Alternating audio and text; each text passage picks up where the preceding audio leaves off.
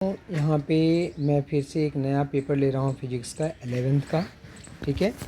और डिस्कस कर रहे हैं, एक बच्चे ने पेपर इसको सॉल्व किया है। देखते हैं कि बच्चे ने कहाँ कहाँ पे गलत किया, कहाँ पे सही किया है और कहाँ पे इसे क्या लिखना चाहिए, इसके बारे में यहाँ पे हम डिस्कस करेंगे। तो ये जो पेपर हमने लिया है ये पुराना आपका जो मैथ हुआ, ये फाउंडेशन हुआ था, उसी से एक पेपर हमने लिया है, ठीक है।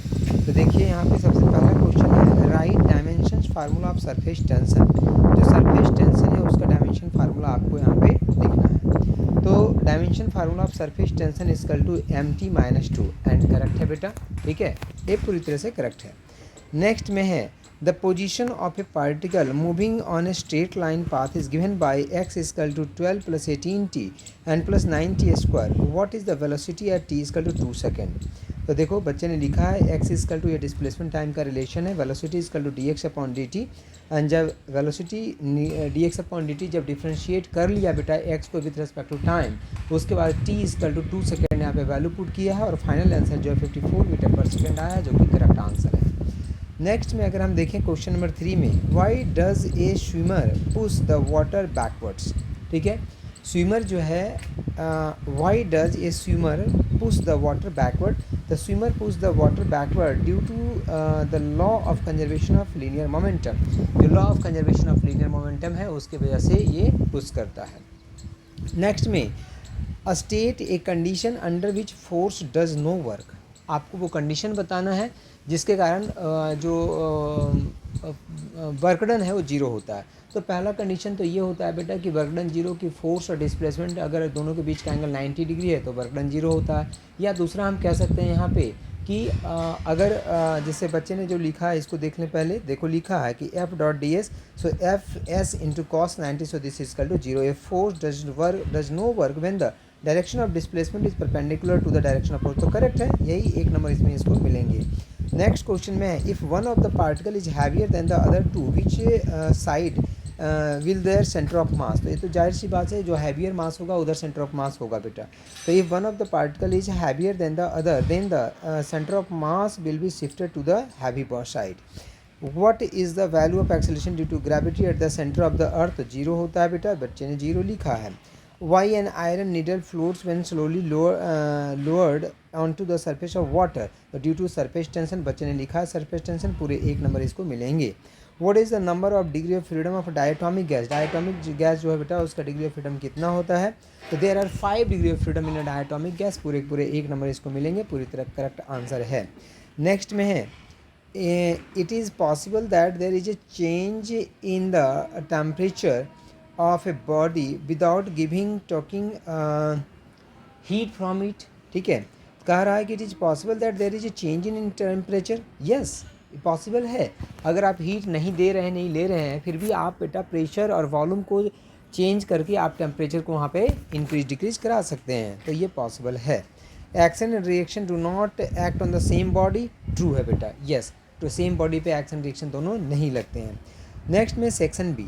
सेक्शन बी में convert a force of 5 Newton into system based on the centimetre gram and second.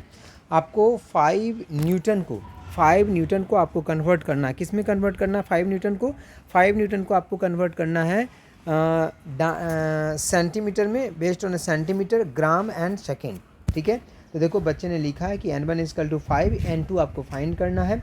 यहाँ पे जो फोर्स है उसका डायमेंशन फार्मूला mlt-2 होता है। n2 = फार्मूला यूज कर लिया और सबकी वैल्यू पुट किया। फाइनली यहाँ पे 1 न्यूटन = 5 × 10⁵ डाइन आ गया। अच्छा, एक चीज़ और है बेटा, सेंटीमीटर ग्राम और सेकेंड, तो ये कौन सी यूनिट है? This is the CGS unit, ठीक है। SI में बेटा फोर्स का SI यूनिट न्यूटन होता है, मास का होता है kg एंड लेंथ का होता है मीटर। तो और CGS में अगर हम बात करें तो फोर्स का डायन होता है, लेंथ का सेंटीमीटर होता है और मास का ग्राम होता है। नाउ नेक्स्ट क्वेश्चन देखें, write the dimensions of A and B in the formula V = A + BT, where V is the velocity and T is the time. तो V = A + BT है बेटा। तो अगर यहाँ पे देखें तो ये जो इक्वेशन है V = A + BT, ठीक है, V = A + BT जो इक्वेशन है, इसमें वेलोसिटी जो तीनों टर्म है बेटा, तीनों टर्म का डायमेंशन क्या होना चाहिए, सेम होना चाहिए। तो अगर यहाँ पे वेलोसिटी है तो ये ए है, तो ए का डायमेंशन वेलोसिटी के बराबर होगा। सो देखो करेक्ट उसी तरह से लिखा है यहाँ पे, B T equal to V होगा बेटा, तो बी का यहाँ पे डायमेंशन निकल गया, तो ए और बी का ये डायमेंशन आपका निकल जाता है यहाँ पे।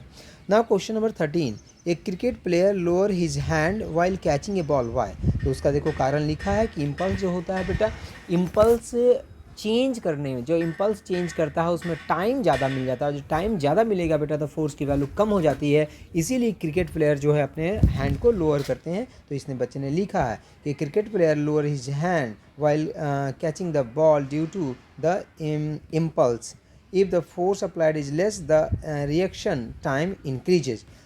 ठीक है, या फिर ऐसे आप इसको लिख सकते हैं कि अगर इम्पल्स जो चेंज इन इम्पल्स है, जब क्रिकेटर जो है बेटा उसके हाथ में जब बॉल आ रहा है तो जैसे ही बॉल जस्ट आने के पहले उसका मोमेंटम क्या है, बहुत ज़्यादा, जैसे ही बॉल हाथ में आ जाएगा तो मोमेंटम क्या हो जाएगा, जीरो।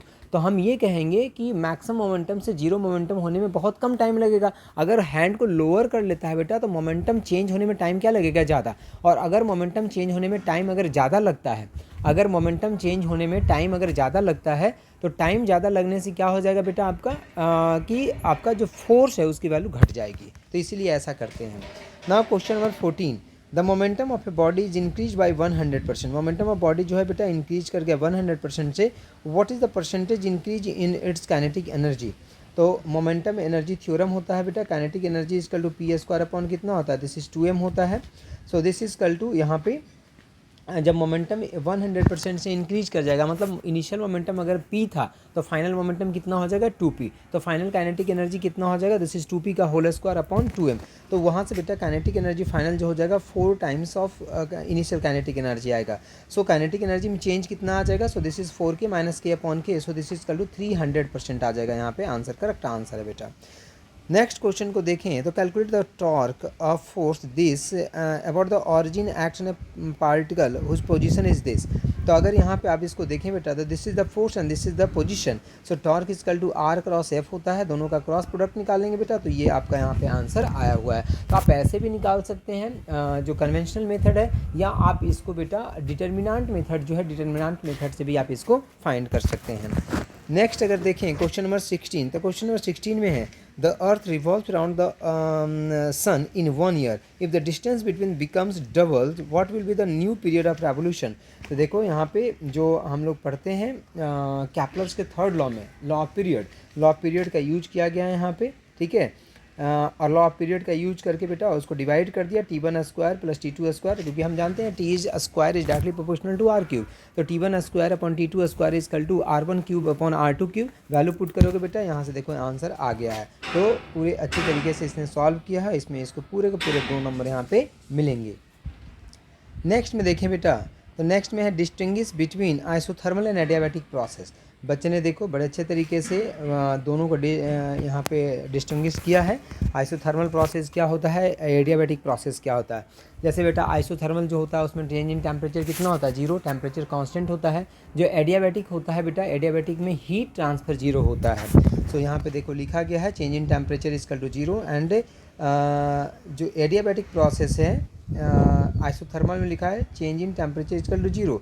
और हाँ यहाँ पे लिखा है जैसे एडियाबैटिक में हीट का ट्रांसफ़र नहीं होता है बेटा, change in heat is equal to zero होता है, बट टेम्परेचर चेंज कर सकता है, प्रेशर चेंज कर सकता है, वॉल्यूम चेंज कर सकता है, तो बताया है बच्चे ने यहाँ पे। तो पूरे अच्छे तरीके से इसने भी यहाँ पे लिखा है। इसके बाद है derive an expression for work done by A gas in isothermal process. Work done आपको आइसोथर्मल प्रोसेस में यहाँ पे फाइंड करना है।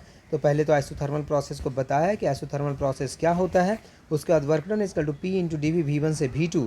सो दिस इजकल टू यहाँ पे फिर वैल्यू पुट किया और यहाँ पे फाइनल आंसर यहाँ पे आया है बेटा।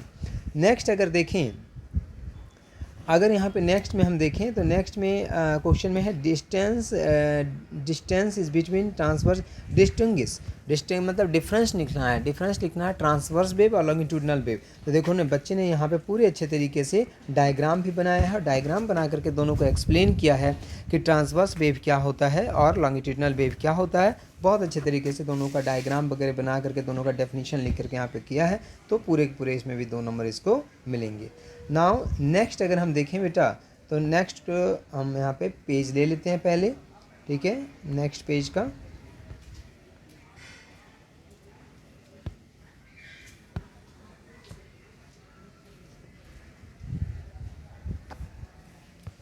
ये देखो,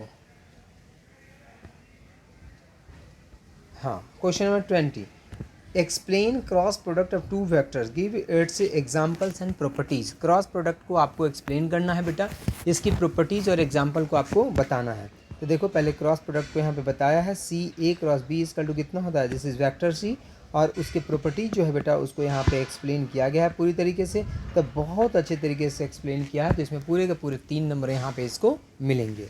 नेक्स्ट अगर हम देखें तो नेक्स्ट में है कि a stone weighing 3 kg and tier two the string of is being rotated in a horizontal circle of radius 120 centimeter with a velocity of 500 meter per second. Find the total force which tries to break the string. ठीक है, मतलब आपको क्या निकालना है यहाँ पे, आपको निकालना है सेंट्रीपिटल फोर्स, सेंट्रीपिटल फोर्स निकालना है। And centripetal force is equal to कितना होता है, this is equal to mv² upon r होता है। तो बच्चे ने देखो पहले इसको जो सबको पहले बेटा जब भी क्वेश्चन न्यूमेरिकल हो तो सबको आपको एसआई यूनिट में कन्वर्ट करना होता है। तो पहले बच्चे ने एसआई यूनिट में कन्वर्ट किया है, और एसआई यूनिट में कन्वर्ट करने के बाद इसकी सबकी वैल्यू पुट की है यहाँ पे, और वैल्यू पुट करने के बाद आंसर 625,000 न्यूटन यहाँ पे आया है। तब पूरी तरह से करेक्ट आंसर है बेटा, और इसमें इसको 3 के 3 नंबर यहाँ पे मिलेंगे। नेक्स्ट क्वेश्चन देखें तो a particle moves along the X axis from x equal to 0 to x equal to 5 under the influence of a force given by f equal to 7 - 2x + 3x square. Find work done in the process. बेटा हम सभी को ही पता है work done dw equal to f into dx होता है। कहाँ से कहाँ इंटीग्रेट करना है, तो इंटीग्रेट 0 से 5 करना है, तो 0 to 5 यहाँ पे इंटीग्रेट किया गया है, और इंटीग्रेट करने के बाद 135 जो है आपका आंसर यहाँ पे आया है। नेक्स्ट में अगर देखें तो the moment of inertia of this year about is diameter is, the moment of inertia of this year about its diameter is 2.5 mr²। What is the radius of gyration, the moment of inertia of this year नहीं होगा बेटा, यहाँ पे disc होगा मेरे हिसाब से, नहीं 2/5 mr² है ना, हाँ स्फेयर होगा, स्फेयर होगा, ठीक है, ऑफ रेडियस आर जो होगा, the moment of inertia of sphere होना चाहिए बेटा यहाँ पे। तो मोमेंट ऑफ इनर्शिया जो स्फेयर का गिवन है डायमीटर के अलोंग, ठीक है, वो आपको 2/5 mr² गिवन है। What is the radius of gyration about this that axis, radius of gyration कितना हो जाएगा। सो दिस इज कल टू, यहाँ पे देखो इसको इक्वेट किया है कि radius of gyration this is equal to mk² होता है बेटा। सो this is equal to 2/5 mr², यहाँ से मास कटेगा। सो यहाँ पे radius gyration is equal to k is equal to √2/5 into r, यहाँ पे आंसर इसका आएगा। नेक्स्ट क्वेश्चन देखें, derive an expression for orbital velocity of A satellite. तो देखो ये बहुत अच्छे तरीके से पहले डायग्राम बनाया है, और इसका ऑर्बिटल वेलोसिटी यहाँ पे फाइंड किया है बच्चे ने, ठीक है। तो पूरे के पूरे इसमें 3 नंबर इसको मिलेंगे, बहुत अच्छे तरीके से एक्सप्लेन करके यहाँ पे इन्होंने लिख रखा है। नेक्स्ट क्वेश्चन देखें बेटा, तो define Young's modulus of elasticity at elasticity and gives its SI unit and dimensions. जो यंग्स मॉडुलस है उसके बारे में आपको डिफाइन करना है, इसके बारे में फिर इसका एसआई यूनिट, और इसका जो एसआई यूनिट के बाद जो इसका डायमेंशन फार्मूला है उसको एक्सप्लेन यहाँ पे करना है। तो देख सकते हो बेटा आप यहाँ पे longitudinal stress restoring force upon area and the Young's modulus is equal to longitudinal stress upon longitudinal strain. आप पूरे अच्छे तरीके से डिफाइन करने के बाद यहाँ पे एसआई यूनिट, यहाँ पे डायमेंशन फार्मूला पूरा लिखा गया है बेटा। तो पूरे का पूरे 3 नंबर भी इसमें मिलेंगे बच्चे को। उसके बाद है a state first law of thermodynamics gives it's limitations. जो थर्मोडायनेमिक्स है बेटा उसके फर्स्ट लॉ को यहाँ पे एक्सप्लेन करना है। तो बच्चे ने थर्मोडायनेमिक्स के फर्स्ट लॉ को लिखा है, यहाँ पे लिमिटेशंस भी यहाँ पे लिखा है। तो पूरे का पूरे इसमें 3 नंबर इसमें मिलेंगे बेटा, यहाँ पे पूरे के पूरे इसमें 3 नंबर इसको मिलेंगे। यहाँ पे लिमिटेशंस भी लिखा है, तो पूरे के पूरे 3 नंबर बेटा यहाँ पे इसको मिलेंगे। नेक्स्ट क्वेश्चन देखें बेटा, तो नेक्स्ट क्वेश्चन में कहता है so that the kinetic energy per unit volume of a gas in a numerical equal to 3/2 times the pressure exerted by the gas. तो देखो यहाँ पे पूरी तरीके से प्रेशर का क्या रिलेशन है सब लिखा है, और पूरी तरह से यहाँ पे एक्सप्लेन किया है बेटा। तो इसमें भी इसको 3 के 3 नंबर मिलेंगे, बहुत अच्छे तरीके से एक्सप्लेन बच्चे ने कर रखा है। नेक्स्ट क्वेश्चन है if is simple pendulum oscillates with a amplitude if simple pendulum oscillates with an amplitude of 50 millimeter and time period is 2 seconds, find maximum velocity। maximum velocity निकालने के लिए आपसे यहाँ पे बोला है। So what is time period, तो time period अगर गिवन है बेटा तो टाइम पीरियड इक्वल टू कितना होता है 2π/ओमेगा होता है। सो यहाँ से हम टाइम पीरियड से ओमेगा निकाल सकते हैं और maximum velocity equal to omega into a² होता है बेटा। दोनों के वैल्यू पुट करेंगे, यहाँ पे आपका आंसर आएगा। ठीक है, तो इसने को भी बड़े अच्छे तरीके से किया है बच्चे ने। इसके बाद नेक्स्ट में सेक्शन डी में अगर देखें बेटा लॉन्ग में, तो सबसे पहला लॉन्ग जो है, फर्स्ट लॉन्ग जो है यहाँ पे define equations of motion using graphical method. ठीक है, तीनों इक्वेशन जो है बेटा v = u + at, s = ut + ½ at² and v² = u² + 2s, तीनों को यहाँ पे एक्सप्लेन करना था बेटा, डेराइव करना था। तो डायग्राम बहुत अच्छा बना रखा है। पहले वाला v = u + at बहुत अच्छे तरीके से देखो कर रखा है यहाँ पे। दूसरा वाला जो पार्ट है बेटा s = ut + ½ at², उसको भी बहुत अच्छे तरीके से कर रखा है। और तीसरा जो है बेटा v² = u² + 2s, इसको भी कर रखा है। पूरे के पूरे बेटा इसमें 5 नंबर इसको यहाँ पे मिलेंगे। इसी में है define uniform velocity of an object moving along the straight line, what will be the shape of position time velocity time graph for such motion. देखो बच्चे ने पहले इसको एक्सप्लेन किया है कि यूनिफॉर्म मोशन क्या होता है, उसके बाद इसके बारे में बताया है कि आपका जो ग्राफ है यूनिफॉर्म मोशन में डिस्प्लेसमेंट टाइम का ग्राफ, वेलोसिटी टाइम का ग्राफ, ये सारा यहाँ पे एक्सप्लेन किया है बच्चे ने पूरे के पूरे। इसमें भी 5 नंबर अगर ये क्वेश्चन आता है तो इसको मिलेंगे यहाँ पे। नेक्स्ट देखें बेटा यहाँ पे, तो state and explain Pascal's law, give its application. Pascal law में देखो सबसे पहले दो तरह से हम पास्कल लॉ पढ़ते थे बेटा, एक पढ़ते थे एक्सपेरिमेंटल प्रूफ और एक पढ़ते थे थ्योरेटिकल प्रूफ। तो यहाँ पे देखो पहले एक्सपेरिमेंटल प्रूफ की बात की है बच्चे ने, ठीक है।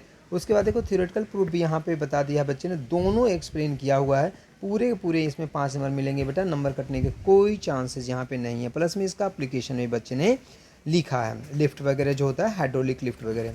इसके बाद है define surface tension and surface energy and derive the relation between them. Surface tension और surface energy, what is surface tension and what is surface energy, दोनों क्या चीज़ें होती हैं बेटा, डेफिनेशन इसका लिखना है और दोनों में रिलेशन क्या होता है, इस रिलेशन को भी यहाँ पे बताना है। बच्चे ने देखो सबसे पहले बहुत अच्छा डायग्राम बनाया है, इसमें 3 डायग्राम बनाया है।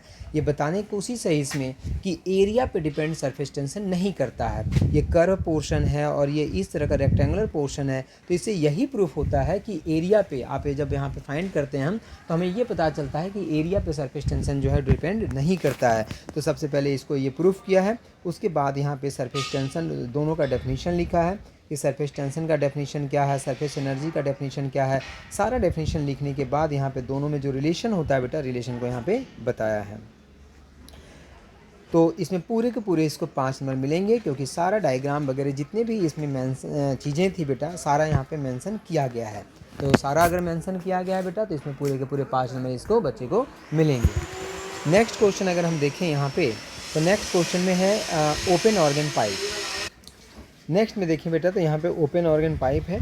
ओपन ऑर्गन पाइप क्या होता है, तो पहले ओपन ऑर्गन पाइप का डेफिनेशन लिखा हुआ है यहाँ पे ये सारा, ठीक है। उसके बाद ओपन ऑर्गन पाइप बनाया गया है बेटा यहाँ पे, और ये बना करके डायग्राम बना करके दिखाया गया है कि ओपन ऑर्गन पाइप जो होता है उसमें फर्स्ट मोड क्या है, उसमें क्या आपको फ्रीक्वेंसी वगैरह मिलता है, ठीक है, फंडामेंटल फ्रीक्वेंसी वगैरह क्या होता है ये बताया गया है। सेकेंड मोड ऑफ वाइब्रेशन में भी बताया गया है कि सारे फ्रीक्वेंसी देखो डायग्राम बनाया गया है। आपको पता है कि फर्स्ट मोड जो होता है बेटा, वहाँ से एक नोड और एक एंटी नोड का इंक्रीमेंट होता है।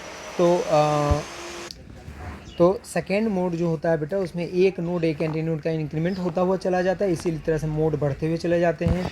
और डिफरेंट मोड में बेटा फ्रीक्वेंसी क्या होता है, फंडामेंटल का कितना टाइम्स होता है, ओवरटोन वगैरह सब यहाँ पे हम एक्सप्लेन करते हैं, ठीक है। तो बच्चे ने पूरी अच्छे तरीके से यहाँ पे डायग्राम बना करके एक्सप्लेन किया है कि कौन से मोड है, कौन से ओवरटोन है, सारा एक्सप्लेन किया यहाँ पे। तो पूरे के पूरे इसमें भी 5 नंबर इस बच्चे को यहाँ पे मिलेगा बेटा, ठीक है। नेक्स्ट क्वेश्चन जो है बेटा, define simple pendulum, derive an expression for time period of a simple pendulum, ठीक है। डिफाइन करना है आपको सिंपल पेंडुलम को, derive an expression for time period of a simple pendulum. तो सबसे पहले देखो यहाँ सिंपल पेंडुलम का डायग्राम बनाया गया है, ठीक है, बहुत अच्छा डायग्राम है। यहाँ पे ये बताया गया है कि देखो यहाँ पे वेट जो है mg नीचे डाउनवर्ड डायरेक्शन में लग रहा है। इसका 2 कंपोनेंट है बेटा, mg cos theta, mg sin theta, सारे कंपोनेंट को यहाँ पे एक्सप्लेन किए गए हैं। और हम जानते हैं बेटा कि mg sin थीटा जो होता है वो mg sin थीटा जो होता है वो रिस्टोरिंग फोर्स होता है, ठीक है। And restoring force equal to minus mg sin theta लिखते हैं। उसके बाद आगे प्रोसीड किया बच्चों देखो, क्योंकि जो टेंशन होता है बेटा mg cos थीटा को बैलेंस करता है यहाँ पे, और रिस्टोरिंग फोर्स को यहाँ पे लिखा गया है theta is small then sin theta equal to theta, वो बताया गया है यहाँ पे, ठीक है। और इसके बाद यहाँ पे time period t equal to 2 pi root under L upon g यहाँ पे लिखा गया है बेटा। तो बच्चे ने सारा क्वेश्चन बहुत ही अच्छे तरीके से किया है। अगर मैं चेक करूँ बेटा तो इसको 70 आउट ऑफ 70 ही दूंगा यहाँ पे मैं, ठीक है, पूरे नंबर इसको आएंगे यहाँ पे।